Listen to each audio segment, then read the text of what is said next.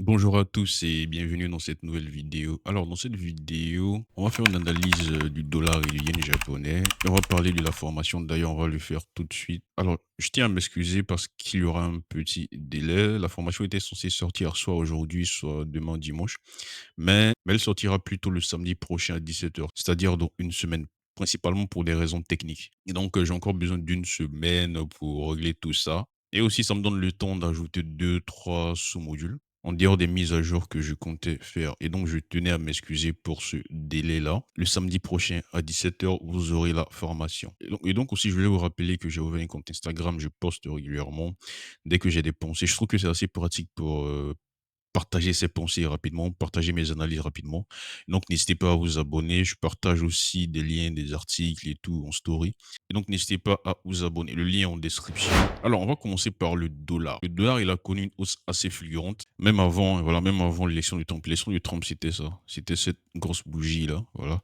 Même avant l'élection du Trump, le dollar montait. Parce qu'il y avait le narratif Trump très, le marché anticipait que Trump allait passer.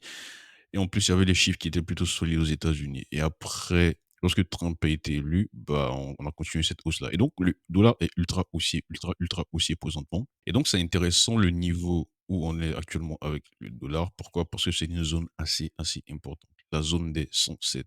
Vous remarquerez qu'on n'a pas réussi à casser cette zone-là encore. Alors, on va revenir d'abord sur cette semaine par rapport au dollar. Qu'est-ce qui s'est passé? Alors, il faut dire que présentement, les chiffres aux États-Unis sont plutôt solides. D'abord, on a commencé la semaine avec les chiffres d'inflation aux États-Unis, CPI.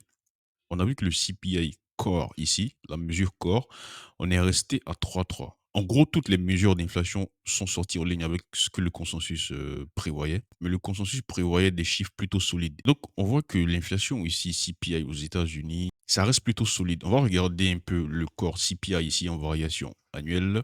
On va voir la tendance que ces chiffres-là prennent. Voilà. Je vais mettre ça en ligne, je préfère comme ça, pour expliquer ce que j'ai. Voilà. On voit que depuis un certain temps, bon, déjà, on est sorti à 3,3. 3,3, comme chez l'inflation corps, ça reste assez haut. Je vous rappelle que l'objectif, c'est 2%. Et donc, on voit que depuis un certain temps, quand même, regardez la tendance des chiffres, on descendait, d'accord, ça prenait le bon chemin. Mais là, on stagne et on repart à la hausse. C'est pas bon signe, en fait. Tu stagnes et tu reprends une tendance plutôt haussière. On ne dit pas que l'inflation ici va flamber à la hausse, mais ça, c'est pas un bon signe, en fait. Ce genre de pattern-là, c'est pas bon. On voit que depuis quelques mois, on stagne et en plus, on monte un peu, vous voyez. Et ça, c'est l'inflation corps aux États-Unis, c'est-à-dire l'inflation sans les éléments volatiles. Et donc, on voit que c'est assez sticky, comme depuis quelques temps aux États-Unis. Ce qu'on veut, c'est quoi? C'est que ça stagne et que ça continue à baisser, comme par exemple ici. C'est-à-dire qu'on va baisser, on va baisser, on va stagner un peu pendant quelques temps, mais on va continuer à baisser. Mais là, c'est pas ce qu'on a. On stagne et on remonte. Vous voyez? On va voir l'inflation globale ici en variation annuelle. Vous allez voir. Lui, on est passé de 2,4 à 2,6. C'est-à-dire qu'au lieu de baisser, il monte. Vous voyez? On va voir ici le graphique, à quoi ça ressemble. On va mettre ça. Regardez, c'est à peu près la même tendance. C'est-à-dire que les chiffres d'inflation aux États-Unis, on reprend une tendance qui n'est pas souhaitable. C'est pas ce qu'on veut. Vous voyez? Et donc ça, c'était le mardi. Et donc je vous rappelle que l'objectif des banques centrales ici, c'est de maintenir l'inflation autour de 2%.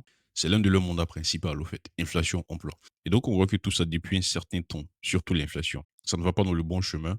Bon, le marché, lui, il voit ça aussi, vous voyez. Le marché, lui, va continuer à pricer ça dans le sens où, vous voyez ici, lors de l'avant-dernière réunion du taux d'intérêt aux États-Unis, lorsque la Fed a projeté ses données macroéconomiques, on a vu qu'elle a projeté encore baisser les taux à 50 points de base cette année. Ça, c'était l'avant-dernière réunion. Mais la dernière réunion, la Fed a baissé les taux. Le marché était en accord avec ce que la Fed a dit. C'est-à-dire qu'à la fin de cette année, puisque la Fed projetait 50 points de base de baisse, le marché aussi projetait 50 points de base ici. Vous voyez?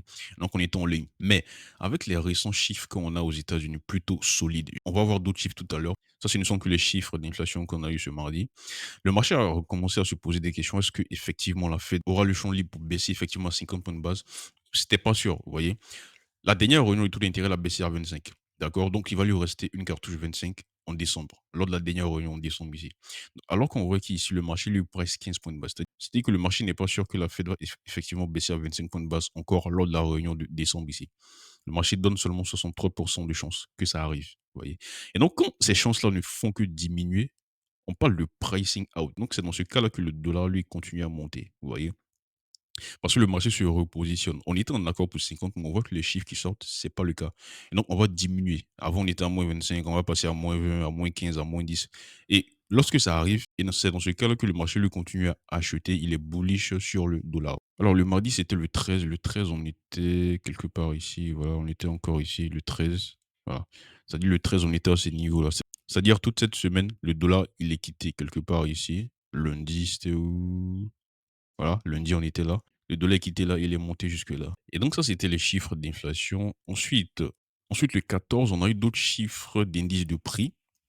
Le PPI. En fait, le PPI, lui, qu'est-ce qu'il va montrer? En gros, c'est l'inflation, mais au niveau manufacturier, entre griffes. Ça montre un peu les coûts de production au niveau des entreprises. C'est-à-dire que si tu as une entreprise qui pêchait pour produire 2 mois à un autre, ben, elle sera obligée aussi de vendre ses produits plus chers, tout simplement. Vous voyez.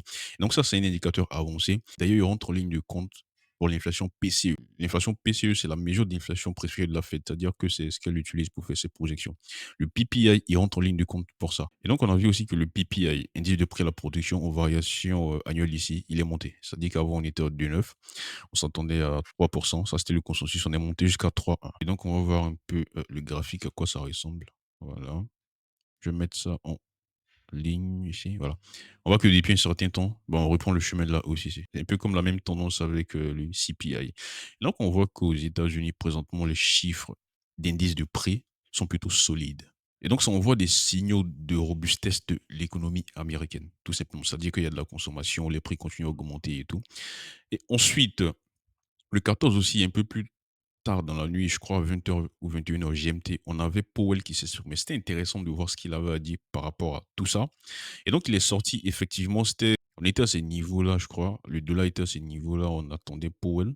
Et donc, quand Powell est sorti, il a juste confirmé ce que nous tous on voyait au fait sur le marché. C'est-à-dire qu'on n'est pas pressé, la Fed n'est pas pressée pour baisser les taux, alors que dans l'avant-dernière réunion, c'était pas ce narratif-là qu'il avait. Et donc c'est pour ça que généralement, quand vous allez voir les réunions de banque centrale dans les conférences de presse, ils vont toujours dire qu'ils sont data dependent. C'est-à-dire d'une réunion à une autre, ça peut changer. Et donc, on ne doit pas prendre pour argent comptant les projections qu'ils font. Vous voyez, les projections qu'ils font, c'est avec les données qu'ils ont à l'instant T. Et donc, c'est ce qu'il a dit, la Fed n'est pas pressée pour baisser les taux, étant donné la robustesse de l'économie ici. Et donc, c'est ce qu'il a dit. L'économie ne voit pas de signal qui nous montre qu'on a besoin de se presser pour baisser les taux. Et donc, une économie, au fait, qui envoie des signaux pour baisser les taux, c'est une économie qui est faible, un peu comme en Europe. C'est-à-dire que la croissance est faible. Et donc, pour soutenir cette croissance-là, bah, il faut baisser les taux. C'est pas ce qu'on a aux États-Unis. Je vais vous montrer ici un graphique. Ça, c'est le saisie aux États-Unis. Ça montre un peu comment est-ce que les données économiques surprennent. Et on voit que depuis un certain temps, ça surprend la hausse. Vous voyez. Et donc ça donne la force au dollar. C'est pour ça que quand je vous montrais avant le saisie pour la Grande-Bretagne, c'était plutôt à la baisse. Les données surprenaient à la baisse. On voyait que la livre montait. Et donc, il y avait un décalage. Mais là, on voit que tout est en cohérence. Les données économiques aux États-Unis, tout ce qui est inflation et emploi, ça surprend la hausse. Ça montre une robustesse de l'économie. Pour est sorti, il a validé. Et donc, on n'est pas pressé pour baisser les taux. Et donc, le marché commence à repousser, à se poser des questions de est-ce qu'on va effectivement baisser les taux? Plus on repousse les baisses de taux, plus le dollar monte, tout simplement. Et donc, comme pour les sorties, il a pris cette parole, c'était plutôt hawkish. Le dollar, bon, on a pris.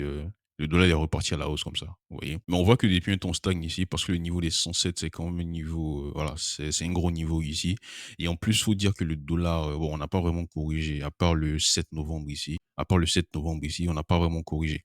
Et donc, il faut dire que c'est quand même assez haut, hein. Fondamentalement, on est toujours haussier, mais c'est un niveau très, très, très important, le niveau des 107 sur le dollar. Autour de moi, tous ceux qui ont des positions sur le dollar ont pris des profits ici. Voilà. Vous avez sorti 30% du profit. Puisque je suis toujours haussier sur le dollar, bah, j'ai pas clôturé définitivement. Et donc, pour avoir quelque chose de sain, quand même, c'est mieux d'avoir une correction. Je vais pas vous cacher ça. Vous voyez, une correction pour reprendre encore, pour ajouter de la position. Donc, dans ce cas-là, je vais juste bouger mon SL ici. Et donc, on va continuer. Alors, le 14 aussi, on avait les chiffres d'emploi, les inscriptions hebdomadaires au chômage. On a vu que c'est sorti plus bas. Les inscriptions hebdomadaires au chômage, ça monte. C'est un peu un baromètre, au fait. Parce que lui, il va sortir chaque semaine. C'est un peu un baromètre. La Fed regarde ça pour voir un peu comment est-ce que le marché de l'emploi se comporte.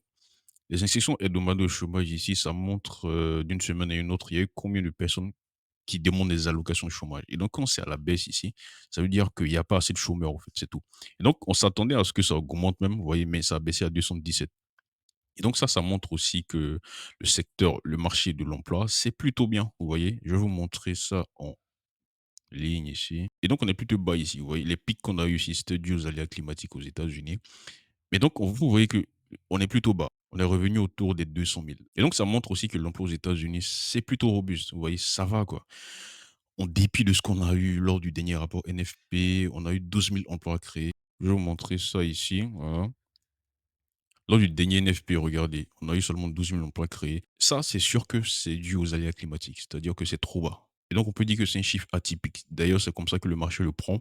C'est dû aux aléas climatiques, tout simplement. Et donc, on voit qu'aux États-Unis, emploi, c'est plutôt bien. Indice de prix depuis ces derniers temps, c'est plutôt solide. Et donc, ça rentre dans le narratif aussi pour le dollar, tout simplement.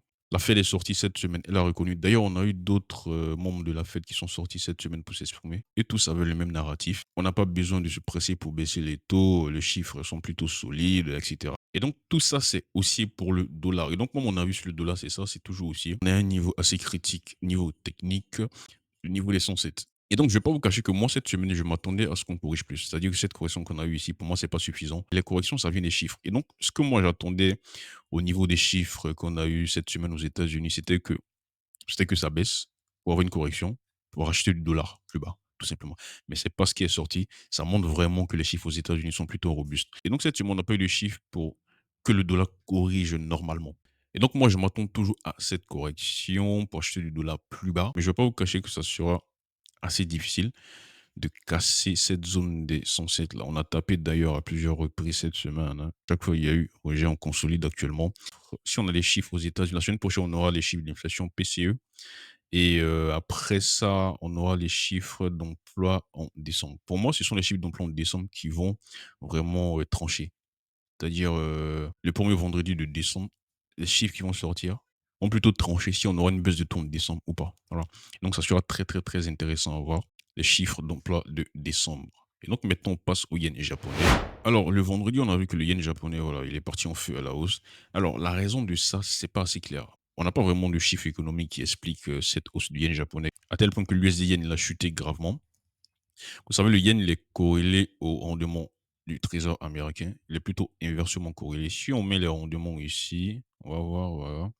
On voit que c'est inversement corrélé quand le rendement monte, le yen chute ici. Mais on a vu que le vendredi, le yen est parti à la hausse comme ça, mais c'est pas comme si les rendements ont vraiment chuté. Vous voyez, on est resté plutôt flat ici. Vous voyez, on monte, on descend, à l'image du dollar, un peu dans un range ici. Et donc, on voit que le yen est monté gravement. Et donc, c'est pas dû aux rendements qui ont chuté. On pourrait s'attendre à ce que le yen monte comme ça si les rendements chutent violemment. Mais c'est pas ce qu'on a eu cette semaine. C'est ce que j'attendais, mais on l'a pas eu parce que les chiffres étaient plutôt solides. Et donc, ce mouvement qu'on a eu au niveau du yen japonais ici, bah, c'est assez ambigu. C'est-à-dire qu'on n'a pas vraiment de raison valable pour l'instant. Et donc, je lisais un article qui disait qu'il y a des rumeurs disant que c'est plutôt une intervention de la Banque centrale du Japon, etc.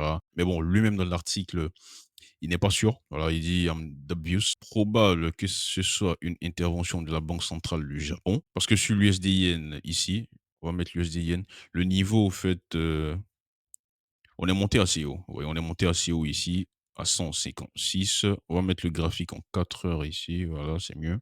Oui, on n'est pas loin des niveaux auxquels on avait eu des interventions ici. Même cette année, deux interventions de la Banque centrale du Japon. Le niveau plutôt des 160, le niveau plutôt des 157 jusqu'à 160. On a eu deux interventions. On n'est pas loin. Et donc, ça peut être une explication, mais je ne suis pas trop convaincu. La semaine prochaine, on n'aura plus d'indication au niveau de la Banque centrale du Japon parce que le gouverneur qui va s'exprimer. Voilà. Et donc, son discours sera très intéressant parce que ça sera la première prise de parole, depuis l'élection de Trump. C'est ce qui est marqué ici. Voilà. Et donc, on va voir ce qu'il a dit par rapport à ça.